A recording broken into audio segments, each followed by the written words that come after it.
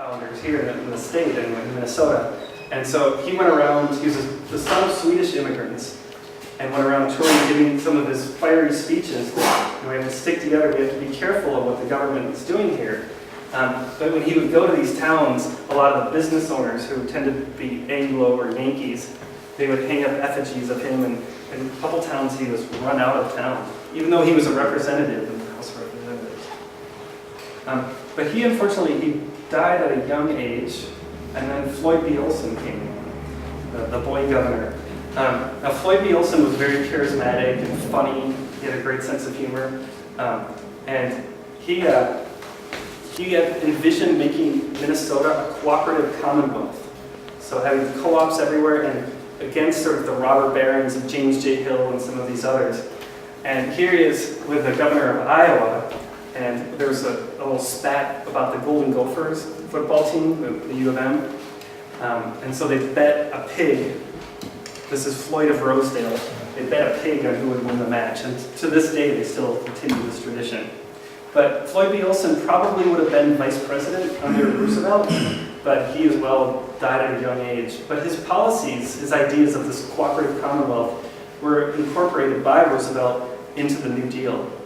So a lot of his ideas we still take advantage of today. Now the co-op movement, a lot of different towns claim that they were the first ones, but a lot of it, what it was the immigrants that came over needed to band together.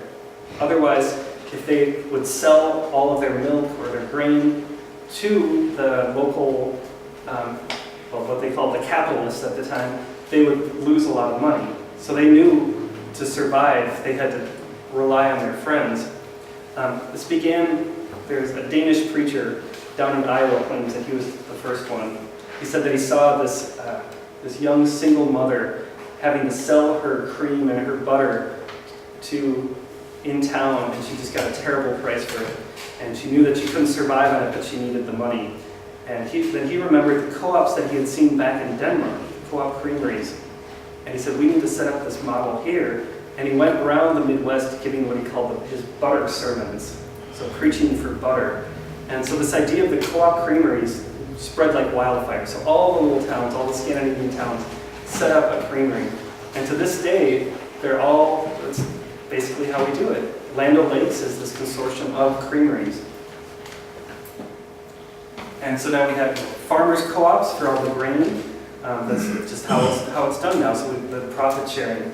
There's electric co-ops, there's food co-ops. So that's a Scandinavian thing to stick together here.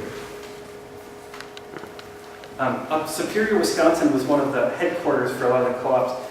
The Finns were very excited about co-ops, and that was how they worked. And with the Finns, because of their language, the other Scandinavians often had a little bit of a difficult time with them. But they did send out these dance troupes that talked about cooperation. So this idea of socialism back then was this idea that we're sticking together. And now, of course, it's this bugaboo and everyone's all worried about it. But this was the idea that, together we stand, divided we fall. And so, here's a Scandinavian immigrant. This was a bookstore in Minneapolis that had been, this is the owner of the store. He said the store was robbed by American fascists. So it was the fascists, what they call the fascists versus the socialists. And here he has the sign that one of them left there. And ironically, it's modern Boston Tea Party, which of course has parallels to today. Up in Superior, they even made Red Star coffee with a hammer and sickle. A lot of the Finns came over and they were energized by what was going on in Russia at the time. So sometimes you even find these cans of coffee around. With the Finns too, they led a lot of the strikes up in the Iron Range, so a lot of the unionization. So a lot of places blacklisted the Finns and wouldn't even let them in their bars and anything. And so the Finns formed their work people's college in Duluth to educate them. So they taught Finnish language classes, and then a lot of the industrial workers of the world got their start in this building in Duluth. So it was one of the radical movements that they got going to assure the workers up on the range to give them rights. So I went to look for that building, and it's still around today. Now it's just an apartment building up there in Duluth. And then there's the other big movement was the suffragette movement. So the idea for women to have the right to vote. So when the Scandinavian women came over, they said, well, we're in the land of democracy, the land of freedom. America is this promised land. We can't vote here? How can that be? They could vote back in Scandinavia. They come here, they have no rights. So Minnesota denies the vote to criminals, lunatics, idiots, and women. Is this chivalry? Clara Euland was a Norwegian in Minneapolis, so she organized a lot of women and told them, we have to take the situation into our own hands, and got them to go out on the street and to have rallies to push for the right to vote. And a lot of women at the time were thinking, well, that's not very ladylike, is it? No. But they finally convinced the state to give them the right to vote. So it was because of the Scandinavian movement here. And the other thing, a little more on a lighter note, is I always had this idea that Scandinavians were clean living and good people and hard work and all of that. And you know, I found out that a lot of people really didn't think of them that way. Norseman snuff, Skoll, Copenhagen, all that snuff, it's all Scandinavian names, right? So that, and I heard someone said that the reason that so many Scandinavians, especially Norwegians, would use snuff is because when they're out fishing, it prevents seasickness. I'm the one that said that. Oh, you told me that? Okay. It's true. So, snuff is, in Swedish, it's called snus. So, they would, there's Snus Boulevard. So this is Cedar Avenue in Minneapolis, so this is Snus Boulevard. And then in Chicago, there's one as well. And so this is where all the wild Swedes and Norwegians would come. There's all the bars and all the music and the good times are all happening right there in Snus Boulevard. And so even James J. Hill was very excited about that. He said he was excited about all these Scandinavian immigrants that came here because he said, give me Swedes, snuff, and whiskey, and I'll build a railroad through hell. So you can just give them lots of good stuff and they'll do any sort of work you want them to. And then they also had this other saying that Norwegians eat to live, Swedes live to eat, and the Danes eat to drink. The Danes are the notorious drinkers too. And in fact, this is the Danish Hall, Dania Hall on Cedar Riverside. That actually just burned down about 10 years ago. It's a shame. But when I talk about how the Minnesota Commission of Public Safety would go and spy, that's one of the main places that they had the gatherings, opera, music halls, and all the political gatherings they had there, and they would spy on them there. But just as much as there was the movement, you know, the Snooze Boulevard and all the wild times, there was the temperance movement as well.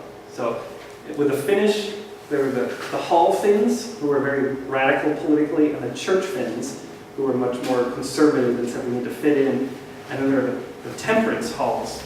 And we know too with the Norwegians, there was a big temperance movement because a lot of the immigrants that came here were tired of all the drinking back in Norway, and everyone has their own still, and everyone's making all their akvavit and all their moonshine, and they came here and they wanted to stop that. So with the suffragette movement of the women, they had three big issues. Of course, the right to vote, the right to the peace movement, they didn't want to get and the temperance movement. So they wanted to stop all this drinking and the husband going off to the bar for the rest of the day. And Volstead was a Norwegian from Granite Falls, representative. And so he's the one who, the Volstead Act is prohibition. So it was a Norwegian act that got it pushed through. And of course, the temperance movement was utter failure, of course, but the whole idea wasn't necessarily that cruel or crazy. Up on Washington Island, I found some clever Scandinavians who managed to bypass those laws. This is the longest running, or so they claim, the longest running saloon in the country. They were able to get by the Prohibition Act because, well, you could have certain liquor under a doctor's order, medicines and such.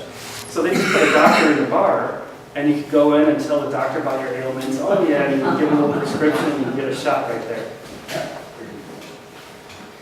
And also, you know how important coffee was. Well, of course, if you drink a lot of coffee, you get rather jittery. And no man loves a tired, nervous woman, right? So this is from a St. Paul storefront. You could just get some vinyl, which you get a little doctor's prescription, and you can win back your husband's love. Because essentially, you just get your wife drunk with this. I found a lot of other strange cures. This was up in Thief River Falls about bloodletting and some of these interesting ways of curing. And then this is one of the most interesting things I found, the Sorte book, which is the black book. There are a few of these black books around. There's one in Decorah at Luther down there, and there's one at St. Olaf in Northfield. These are books that Norwegian immigrants would bring over, and they were full of, some of it was old wives' cures, but some of it was like Linda Plant. But then there were certain spells and things, like if someone got sick, you had to read these things, or curses. And now, these are considered the black books, but the devil's books. And a lot of immigrants didn't bring them over with them because they were worried on the dangerous ocean voyage, if you die with a black book in your possession, you go to hell, right? So they didn't want to risk that. And another thing is, if you own a black book, you can't get rid of it. Because if someone gives you this and you accept it, even if you burn it, another one will appear. Someone else will give you one. So the only way to get rid of them, so the story goes, is you have to write your name in blood in it, and you put it under the altar of a church, or put it literally under the church, so you can dig it under the church and make it there. But this one was actually printed. I mean, a lot of them are handwritten. This one was printed in Chicago, and there was a Scandinavian language press that also did newspapers, and they said this was one of their best sellers, which is odd that only a couple of them survived. So obviously people are sort of embarrassed, or check in your attic to see if you have them. And then finally found a lot of the other strangeness. So it's not just, this is the world's, does anyone recognize this? It's up in Screwfield. What's that? Paperclip. It's a paperclip. It's the world's largest paperclip. This is up at Skufjord in the Norwegian Concordia language village. Why paperclip? Norwegian. What's that? And Norwegian invented it. Yeah, so a Norwegian invented it, and it was the resistance against the Nazis. It was a symbol of Norway, and so people would wear it on a little necklace during World War II to show that they resisted the Nazis. And the Nazis, of course, had no idea what crazy Norwegians were wearing paper clips around. They didn't think about it. Out in Milan, Minnesota, this little Norwegian museum, they had all these little displays, and they're very proud of this picture. It was prominently displayed. What on earth is this? They said, oh, when the immigrants came out here, there were jackrabbits everywhere, and they would eat up all the crops.